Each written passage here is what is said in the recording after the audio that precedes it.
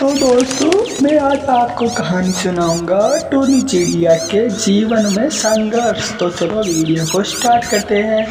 लेकिन मेरे प्यारे दोस्तों, वीडियो में आगे बढ़ने से पहले वीडियो को लाइक कर देना, चैनल को सब्सक्राइब करके बेल आइकन ऑल कर देना दोस्तों, जिससे कि नोटिफिकेशन आप तक पहुंच सके। टुनटुनी गरीब माँ बाप की बेटी थी। इसी तरह उसके माँ बाप ने उसकी शादी जंगल में रहने वाले बंटी नाम के कबूतर से कर दी थी। कुछ दिनों बाद टुनटुनी के ससुराल वाले से दहेज की डिमांड करने लगी।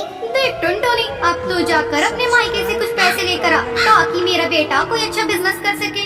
माँ जी, मेरे माँ बाप तो बहुत गरीब है, कहाँ से वो पैसे देंगे? मैं कुछ नहीं जानती, अगर तुझे इस घर में रहना है तो तू जाकर अपने मायके से पैसे लेकर आ।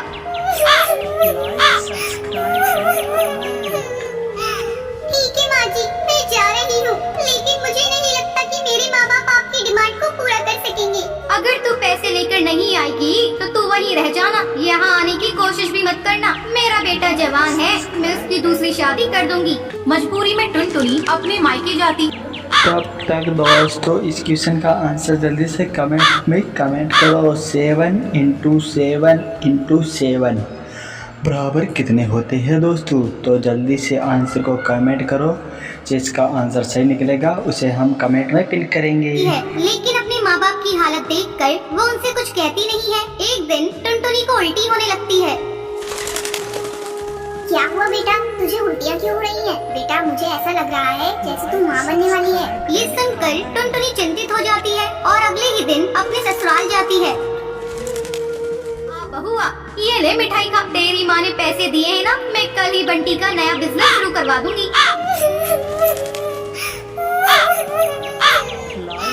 माँ जी, मेरे माँ बाप ने मुझे कोई पैसे नहीं दिए हैं। उनकी हालत देखकर मैं तो उनसे पैसों की बात ही नहीं कर पाई।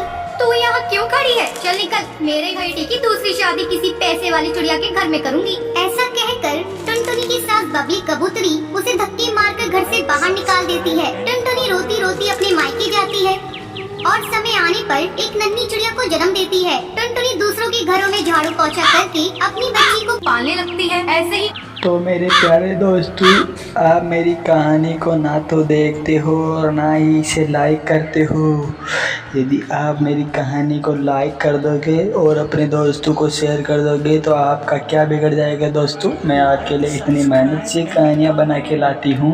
कई साल गुजर जाते हैं। एक दिन जब टुनटुनी की बेटी भूरी स्कूल से घर आती है। माँ, ये देखो मेरे जूते फट चुके हैं। मेरी सहेलियाँ मेरा मजाक उड़ाती हैं। मुझे नए जूते ला कर दो, तभी मैं स्कूल जाऊंगी। ठीक है बेटा, मैं ला दूंगी, लेकिन एक दो दिन रुक जा।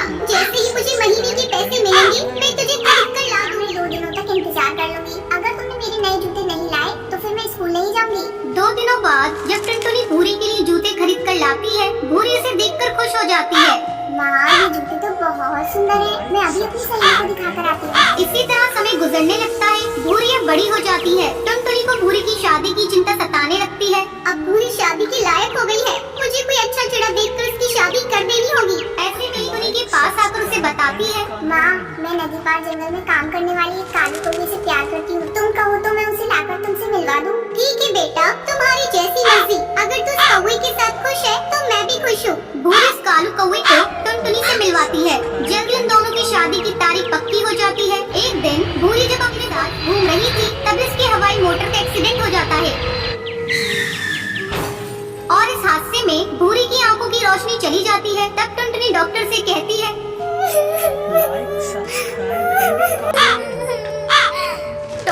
तो मेरे प्यारे दोस्तों, यदि आपने कालू कौवे की शादी वाली कहानी नहीं देखी है तो जाओ दोस्तों इस कहानी को भी देखना ना बोले दोस्तों। इस कहानी में बहुत मजा आने वाला है, तो जाओ दोस्तों इस कहानी को भी देखो। अब मेरी आंखें मेरी बेटी को लगा दीजिए। मैंने तो बहुत दुनिया देखी, लेकिन मैं अपनी बेटी को अंधा होता हुआ नहीं देख सकती। टुनटुनी अपनी दोनों आंखें अपनी बेटी को दे देती है। कुछ दिनों बाद जब भूरी ठीक हो जाती है। माँ, तुमने बलिदान दे दिया, अब मैं तुम्हें अकेला रहने नहीं दूंगी। तुम्हें मैं अपने साथ अपने घर ले जाऊंगी। भूरी की शादी पूरे रीति रिवाज से हो जाती है और वो अपनी माँ को अपने ससुराल ले जाती है। फिर सभी खुशी खुशी रहने लगते हैं।